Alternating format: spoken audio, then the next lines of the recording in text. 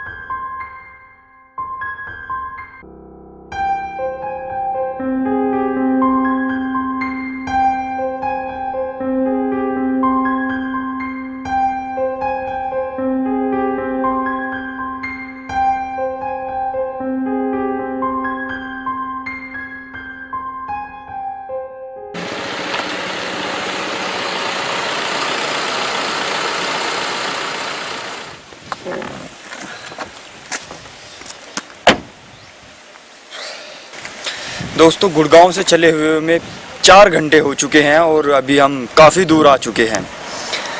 यहाँ पर एक टीला है, हम छोटा सा ब्रेक लेंगे, देखते हैं कि हम अपनी मंजिल से कितना दूर हैं।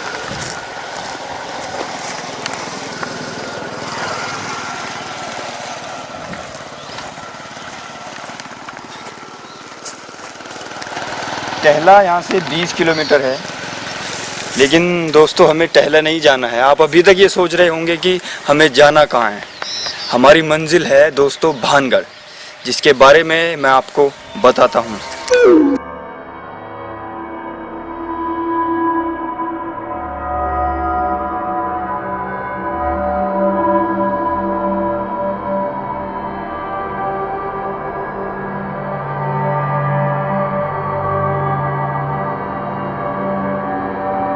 वैसे तो भानगढ़ का किला भारत का काफ़ी मशहूर किला है, लेकिन आप में से जो लोग इसका नाम पहली बार सुन रहे हैं, मैं उनको बता दूं कि भानगढ़ का किला भारत की पहली 10 हॉन्टेड जगहों में से सबसे पहले नंबर पर आता है। लोगों का कहना है कि इस किले में आत्माएं बसती है। कुछ लोग कहते हैं कि इस किले में किसी का साया मंडराता है। अब इस बात में कितनी सच्चाई है, ये हमें वहीं पर जाकर पता चलेगा।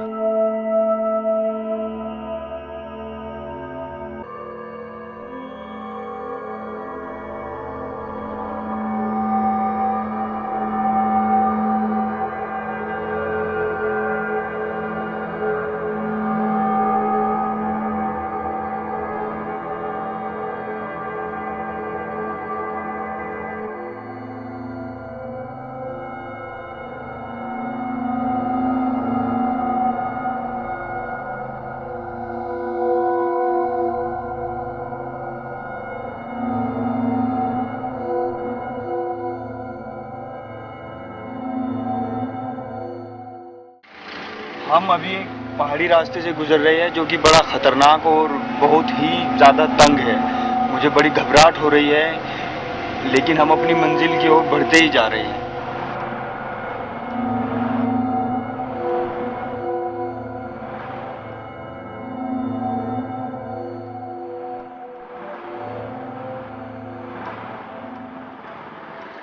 इस वक्त मैं खड़ा हूँ भानगढ़ जाने वाले एक पहाड़ी रास्ते पर, जो कि मुश्किलों से भरा हुआ है।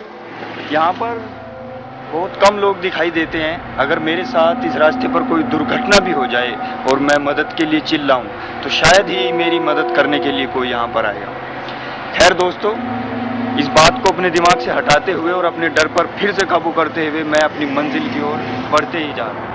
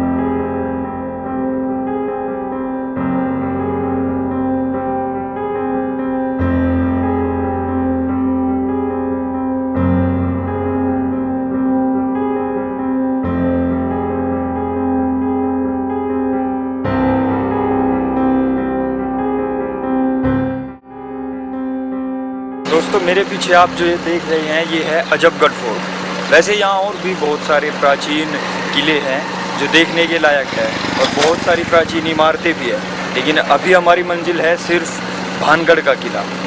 तो दोस्तों सीधा चलते हैं भानगढ़ के किले।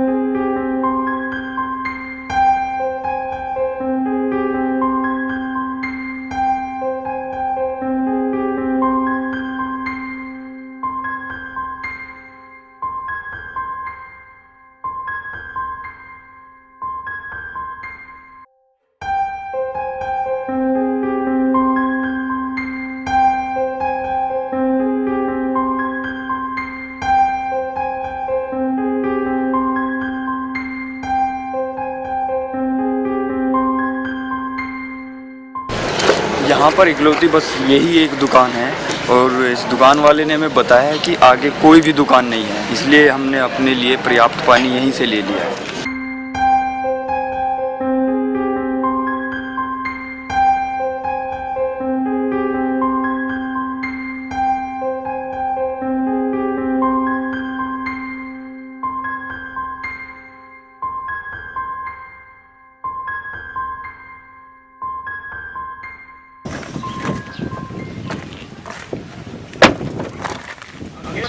हाँ, फाइनली दोस्तों हम पहुंच चुके हैं अपनी मंजिल पर भानगढ़, और मेरे सामने ही वो किला है जिसके बारे में मैंने आपको बताया था। किले के सारे रहस्य मैं आपके सामने खोलने जा रहा हूं, आइए चलते हैं।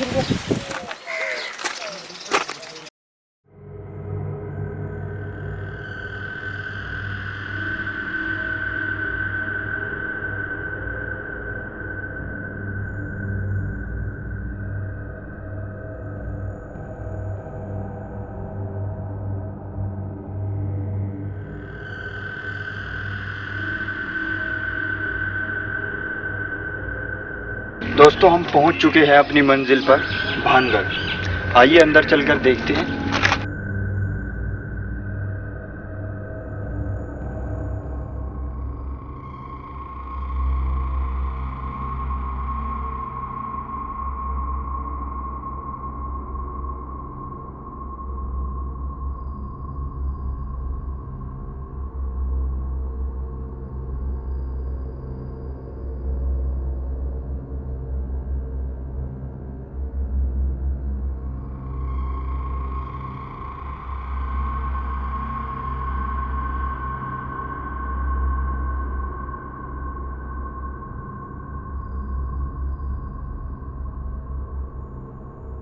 ये एक बजरंगबली जी का मंदिर है जो भानगढ़ के किले में एंट्री करते ही पहला मंदिर है ये।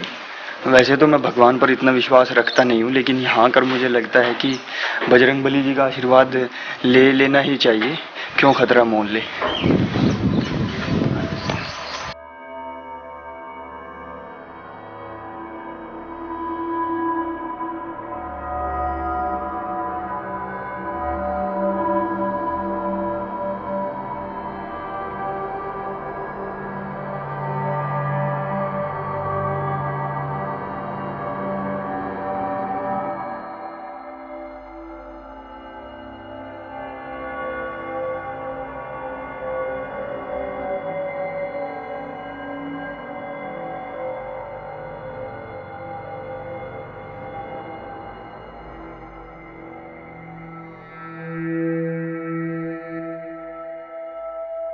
ये एक मैप है जो यहाँ पर आने वाले सभी यात्रियों का मार्गदर्शन करता है। पूरे भानगढ़ के किले का ये मैप है। अभी ये हनुमान मंदिर है जहाँ से हम निकले हैं, अभी हम इस जगह पे खड़े हैं और इसमें आगे जाकर बहुत सारी चीज़ें हैं। एक मार्केट भी आएगी पुराने ज़माने की, जौहरी बाज़ार है जिसका नाम है। कुछ अवशेष भी हैं जो पुराने मकानों पुरानी इमारतों के हैं। और यहाँ ये किले का मेन गेट है। इसमें गणेश जी का मंदिर है, गोपीनाथ का मंदिर है, पुरोहित जी की हवेली, केशव राय का मंदिर, सोमेश्वर भगवान का मंदिर और बहुत कुछ है। यहाँ पे जाके ये राजमहल है। खैर चलिए चलते हैं। मैं इन सारी जगहों पर घूमूंगा, हर चीज़ का निरीक्षण करूंगा।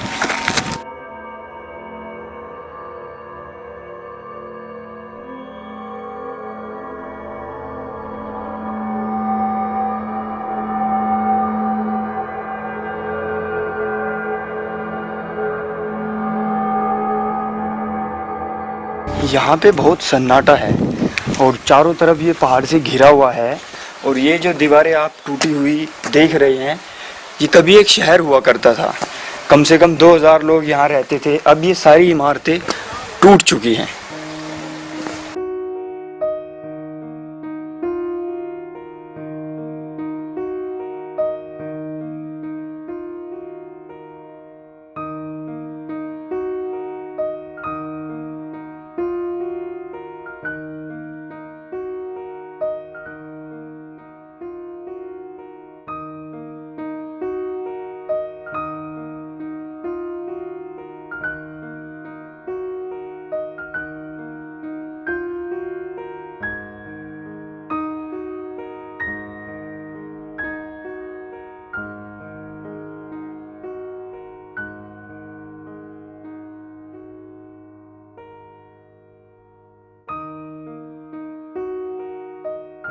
वैसे तो यहाँ पे सारे मकान टूटे हुए हैं, लेकिन शायद हम किस्मत वाले हैं कि हमें एक पूरा बना हुआ मकान मिल गया है। मैं ऐसे मकान नहीं कहूँगा, उस टाइम की ये शायद हवेली है। चलिए चलकर देखते हैं ये क्या है।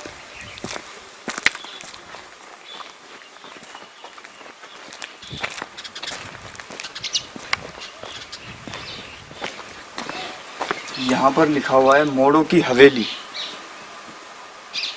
मोड़ों की हवेली। आइए एक बार अंदर चलकर देखते हैं कि क्या है।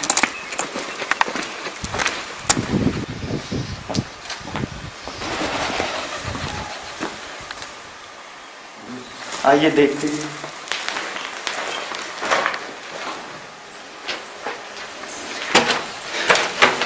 देखिए मुझे यहाँ पे क्या मिला है। ये एक गुफा के समान है। हो सकता है ये कहीं पर जाने का कोई गुप्त रास्ता हो, लेकिन इसमें बहुत सारे चमगादड़ हैं। तो मैं अंदर जाने का रिस्क नहीं ले सकता क्योंकि मुझे थोड़ा सा डर लग रहा है।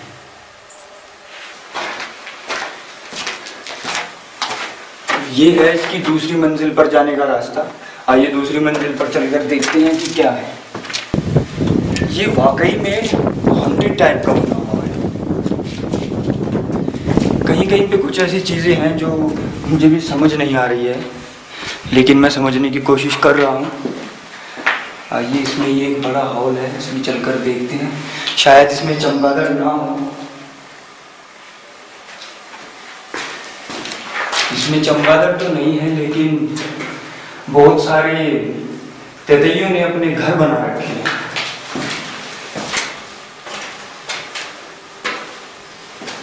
हमने पहला मकान जो देखा था उसके फ्लोर कच्चे थे, यानी कि मिट्टी के, और इसके हम देख रहे हैं इसमें नीचे मार्बल किया गया है और इसमें एक वहां से पानी जाने का रास्ता भी है। उस जमाने में भी लोग सोचते थे कि अगर हम फ्रेश कराएंगे तो ताकि उसको धोया जा सके, इसलिए वो चीज वहां पर बनाई गई है। मैं इस मकान से बाहर निकलता हूँ।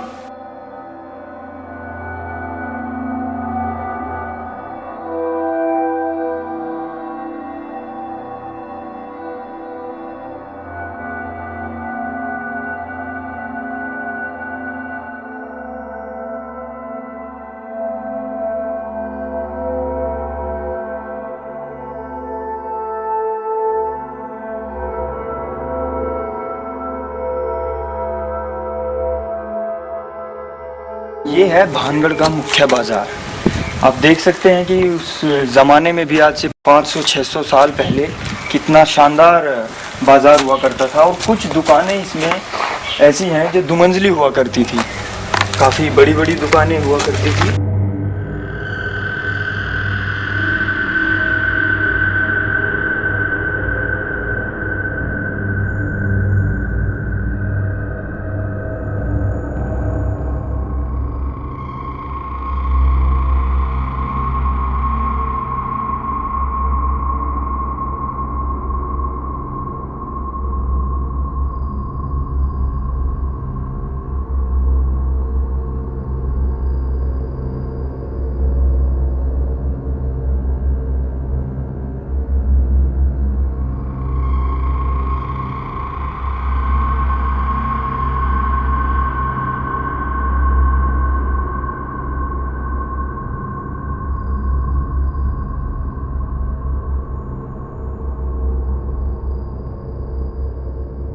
अब मैं आपको इस किले के बारे में कुछ बताता हूँ। राजस्थान के 16वीं सदी में एक राजा थे जिनका नाम था भगवंत दास। उनके दो बेटे थे, एक का नाम था माधो सिंह और दूसरे का मान सिंह। भानगढ़ का किला उन्होंने ख़ास तौर पर माधो सिंह के लिए बनाया था और माधो सिंह अपनी रानी रत्नावती के साथ इस किले में रहते थे। अब इस किले से संबंधित दो कहानियां हैं, दोनों ही कहानियां बहुत रहस्यमयी हैं। उनके बारे में मैं आपको किले में अंदर चलकर बताता हूँ।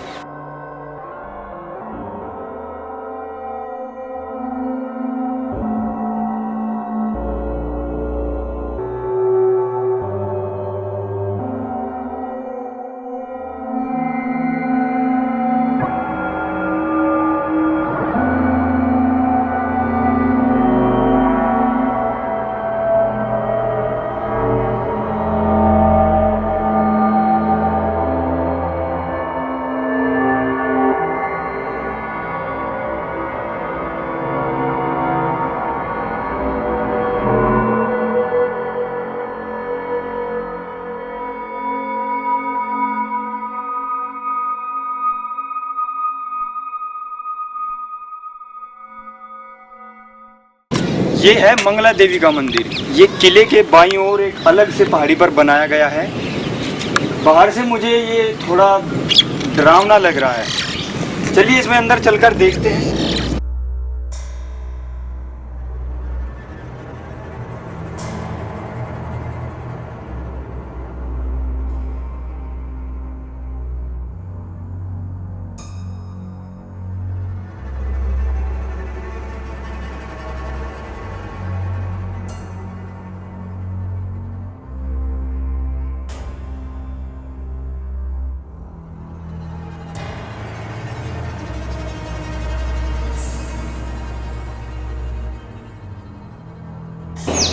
मुझे इसकी छत को देखकर बड़ा डर लग रहा है क्योंकि इसमें बहुत ही बड़ी दरार पड़ी है, जिसे देखकर मुझे लग रहा है कि शायद ही कभी भी गिर सकती है। इस मंदिर का डिज़ाइन बहुत ही अच्छा है और मंदिर के गेट पर जो ये कलाकारी की गई है मुझे बहुत ही अच्छी लग रही है।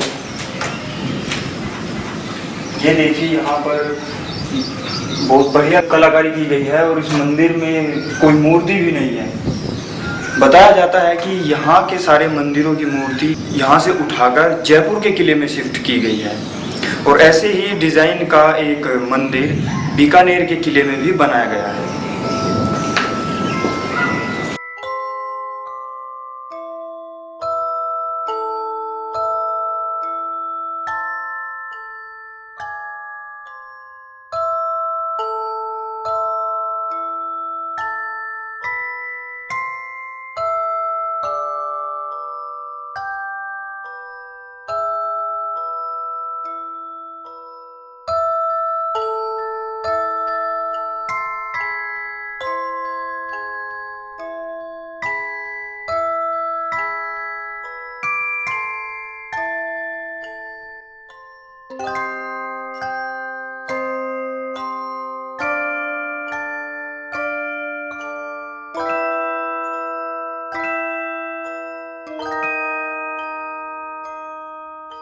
केशव राय का मंदिर बहुत ही साधारण तरीके से बनाया गया है।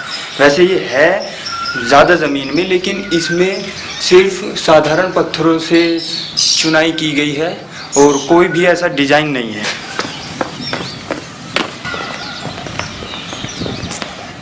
केशव राय के मंदिर में भी कोई मूर्ति भी नहीं है और ये मंदिर बहुत ही साधारण तरीके से बनाया गया है।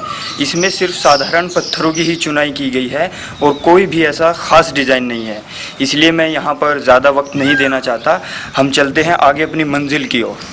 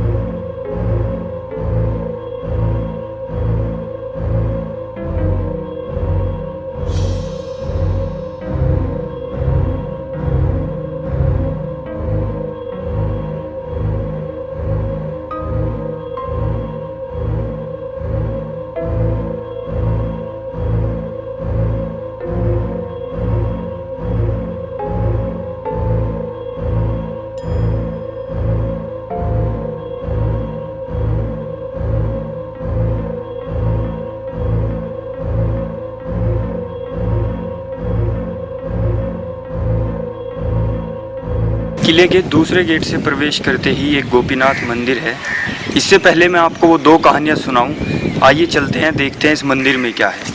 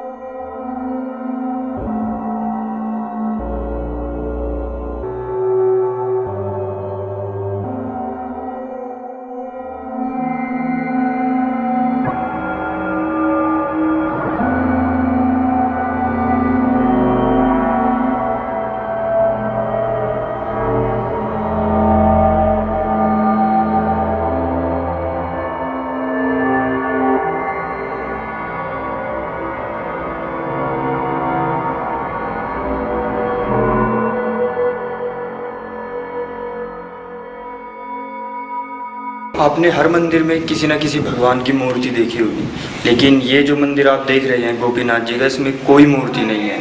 बस बाहरी दीवारों पे ये मार्बल के पत्थरों से बड़ी शानदार कलाकारी के द्वारा मूर्ति बनाई गई है, बाकी इसमें कोई मूर्ति नहीं है।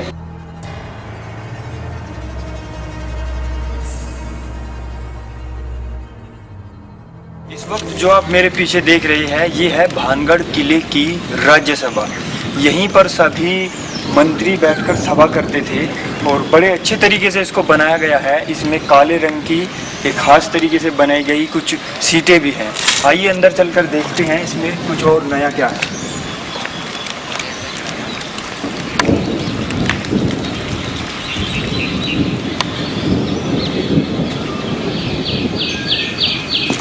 ये हैं 16वीं सदी की ही सीटें, जिन पर 16वीं सदी के ही सांसद और मंत्री बैठकर यहाँ पर सभा किया करते थे। और वो जो आप देख रहे हैं वो पद है राज्यपाल के लिए। वहाँ पर राज्यपाल बैठा करते थे। हो सकता है 16वीं सदी में यहाँ के राजा ही राज्यपाल हो। चलिए किले में आगे चलकर कुछ और नया देखते हैं।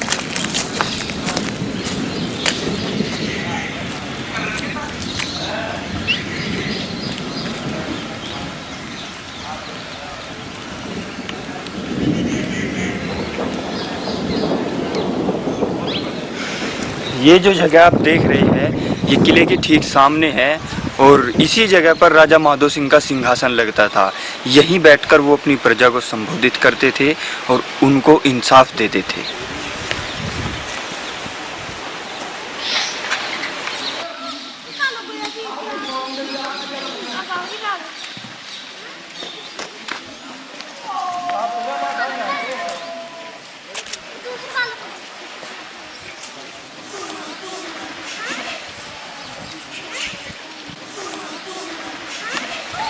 ये है किले के बाईं ओर बनाया गया सोमेश्वर मंदिर, यानी कि भगवान शिव शंकर जी का मंदिर। आइए अंदर चलकर इसमें भी देखते हैं।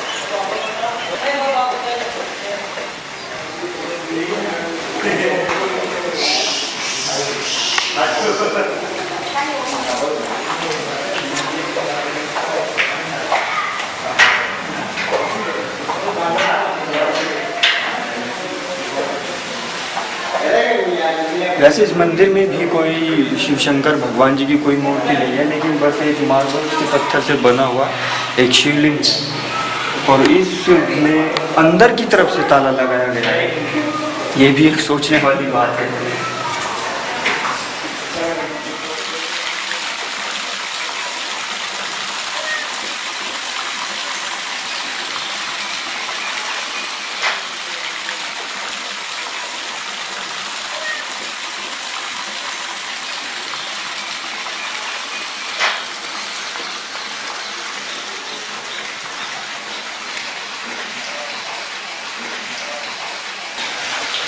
सोमेश्वर मंदिर के पास एक जलकुंड भी है जो 16वीं सदी का ही बनाया गया है। यहाँ पर अभी भी ताज़ा पानी आता है, लेकिन लोगों की लापरवाही की वजह से ये पानी बहुत गंदा हो चुका है। लेकिन यहाँ के लोग आज भी पूरी श्रद्धा से इसमें नहाते हैं और पूरा आनंद उठाते हैं।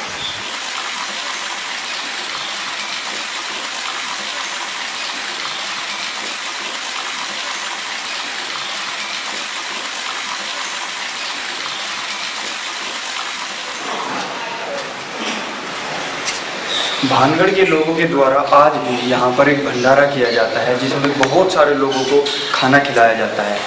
और इस हॉल की दीवारें, जो खाना यहाँ पर बनता है, उसी के धुएं से रचकर काली पड़ चुकी है।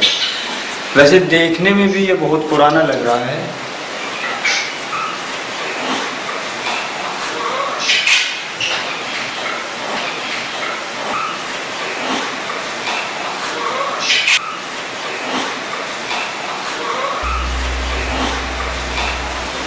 ये जो आपने देखा ये था सोमेश्वर मंदिर, लेकिन यहाँ तक पहुँचने में मुझे अभी तक किसी भी भूत या आत्मा का ऐसा कोई भी एहसास नहीं हुआ कि यहाँ पर किसी का साया मंडराता है। लेकिन अभी हम किले के अंदर नहीं पहुँचे, चलिए चलकर देखते हैं।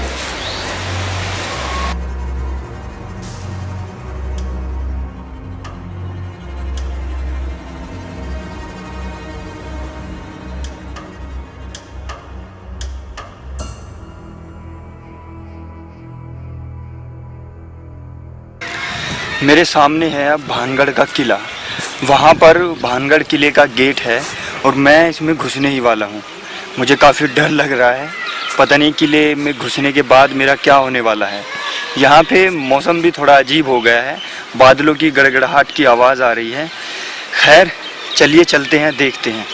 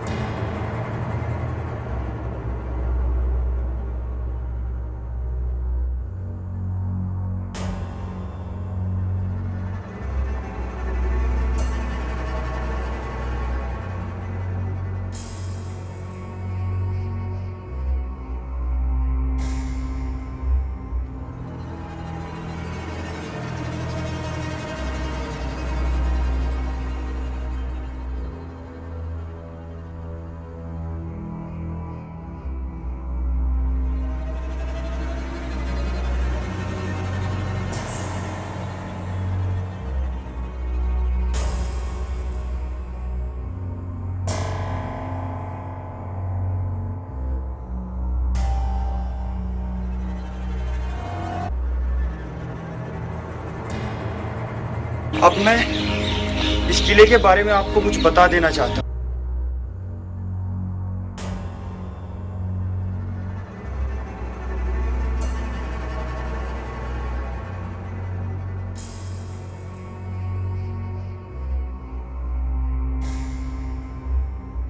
आइए अब मैं आपको इस महल की पहली कहानी सुनाता हूँ। और इसकी पहली कहानी ये है कि जब राजा भगवंत दास इस महल को बनाने के लिए इस जगह पर आए थे और उन्होंने इस जगह का मुआयना किया, तब उन्हें यहाँ पर एक ऋषि मिले जिनका नाम था ऋषि बालूनाथ। राजा भगवंत दास ने बालूनाथ को सब कुछ बताया कि मैं अपने बेटे के लिए यहाँ एक महल बनाना चाहता हूँ। तो ऋषि बालूनाथ ने कहा कि आप महल तो बना लीजिए, लेकिन आपके महल की ऊंचाई इतनी ना हो कि जिसकी परछाई मेरी कुटिया पर पड़े।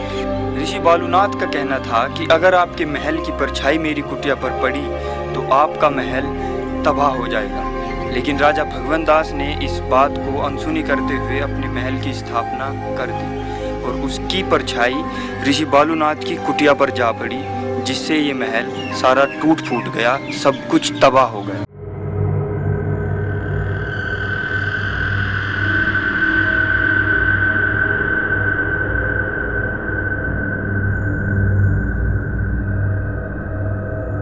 तो ये थी भानगढ़ के किले की पहली कहानी।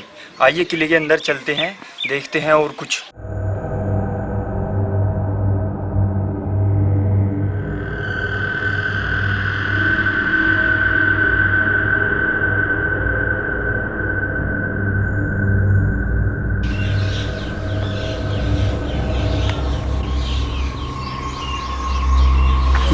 एक गुफा है जो महल में प्रवेश करते ही बनाई गई है और मैं दावे के साथ कह सकता हूँ कि ये महल के अंदर जाने का एक गुप्त रास्ता है। इसमें बहुत सारे चमगादड़ है।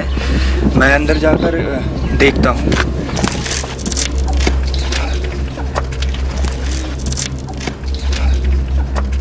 ये गुफा बहुत ही ज़्यादा तंग है, शायद मैं इसमें ठीक से चल भी नहीं पा रहा हूँ और अंदर बहुत सारे चमगादड़ हैं जिनकी आवाज़ें मुझे सुनाई दे रही थी और बहुत गंदी बदबू आ रही थी।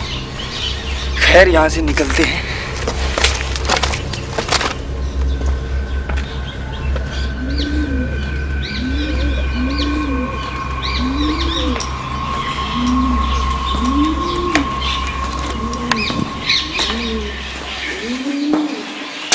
बहुत पुराना किला है ये, लेकिन ये गेट मुझे नहीं लगता इस किले के हैं, ये बाद में यहाँ पर लगाए गए हैं।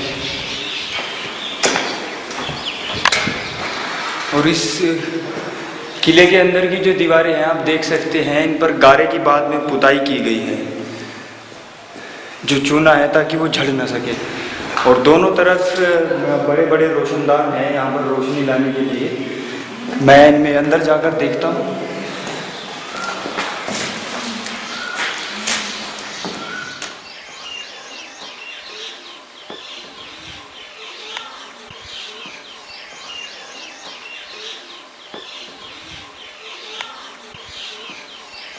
ये रोशनदान काफ़ी बड़ा है और सीधा इस किले की छत पर निकला हुआ है। रोशनदान के बगल वाली जो दीवार है वो काफ़ी कमज़ोर हो चुकी है, उसके पत्थर कुछ बाहर आ रही है। चलिए किले में अंदर चलते हैं।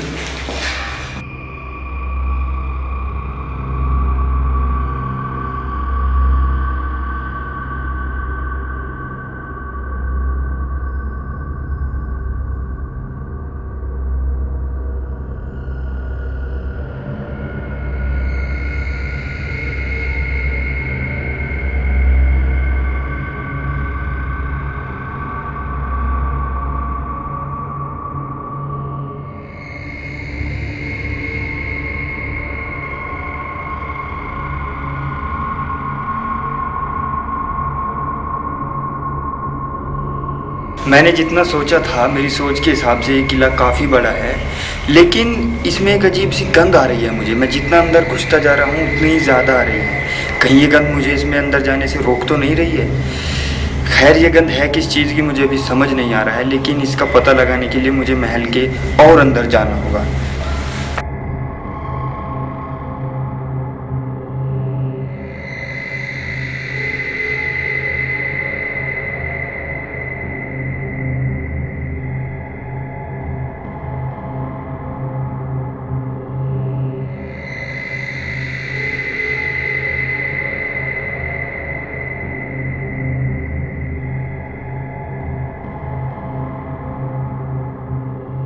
मैं इस वक्त महल की मुंडेर पर चल रहा हूँ और यहाँ से मैं पूरे भानगढ़ को देख सकता हूँ।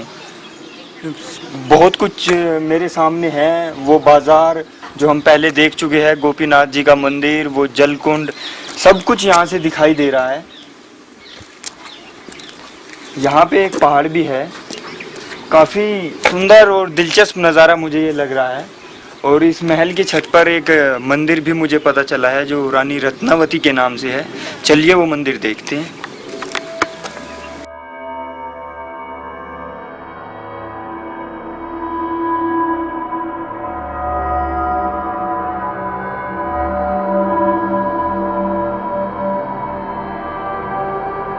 अब मैं किले की उस मंजिल पर हूँ जहाँ पर रानी रत्नावती रहा करती थी और मेरे सामने ही रानी रत्नावती का मंदिर है। आइए मंदिर चलते हैं।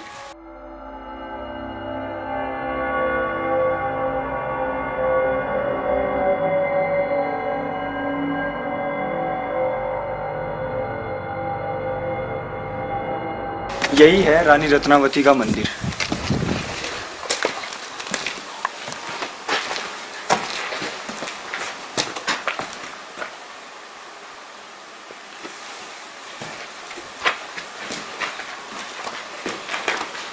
इस मंदिर में भी किसी की मूर्ति तो है नहीं, लेकिन शायद यहाँ के लोग रानी रत्नावती की पूजा करते हैं, क्योंकि कुछ सामान मुझे दिखाई दे रहा है।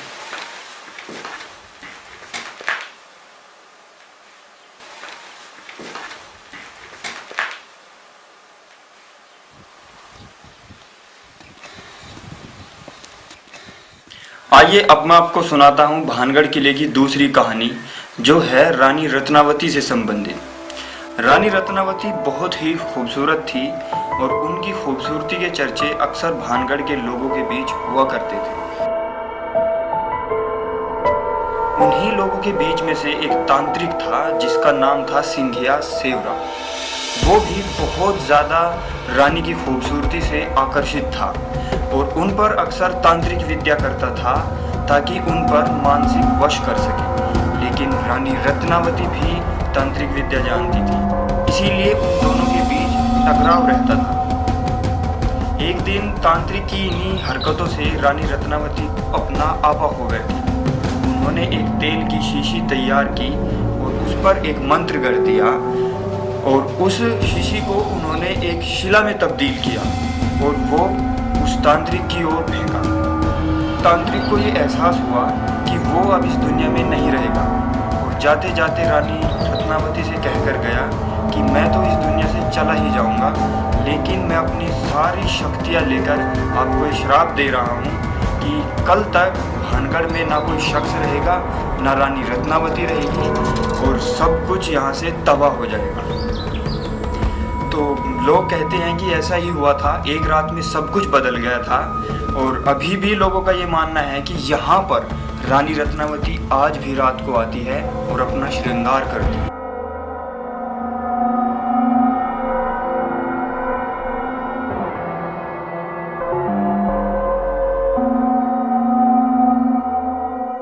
किले का लगभग मैंने सब कुछ ही देख लिया है, बस ये जो आखिरी इसकी मंजिल है मैंने वो अभी तक नहीं देखी है। चलिए एक नज़र इस पर भी मारते हैं, आइए।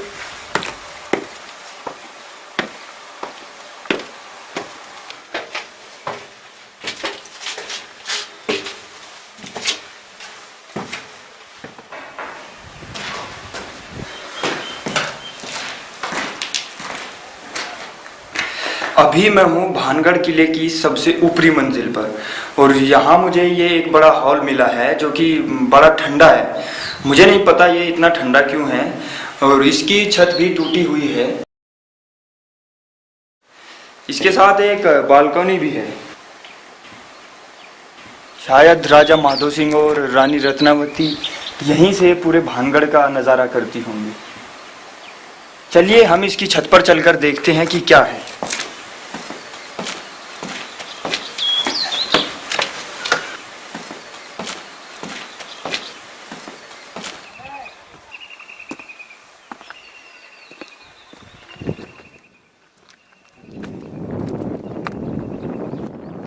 यहाँ तक आने में मैं थक तो बहुत गया हूँ, लेकिन सबसे ऊपर आकर मुझे एक बात पता चली है कि ये किला इस बात को मद्देनज़र रखते हुए बनाया गया है कि कोई भी दुश्मन इसकी बाहरी सीमाओं से हमला ना कर सके, क्योंकि इसकी तीनों दिशा पहाड़ से घिरी हुई है। ये पहाड़ इस महल की सुरक्षा का काम कर रहे हैं, सरहदों का काम कर रहे हैं।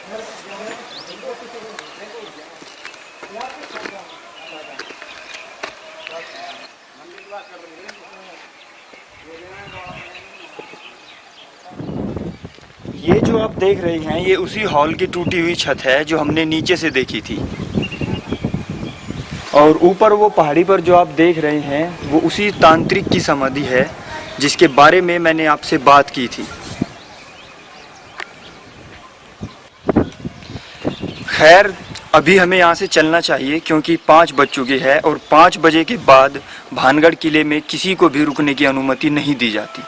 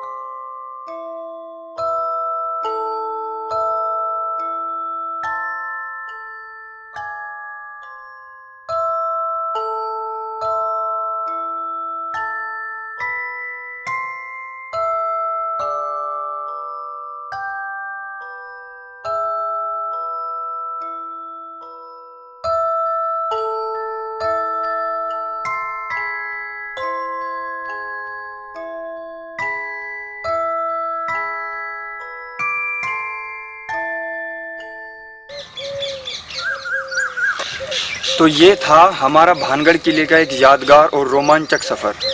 आपने हमारे सफ़र से भानगढ़ के बारे में बहुत सारी जानकारियाँ इकट्ठा की होंगी। भूत प्रेत और आत्माओं के बारे में तो हमें ऐसा कोई भी प्रमाण नहीं मिला, लेकिन मुझे अभी भी एक अजीब सा एहसास हो रहा है। अभी मैं आपसे विदा लेता हूँ। उम्मीद करता हूँ आपको हमारा ये सफ़र अच्छा लगा होगा।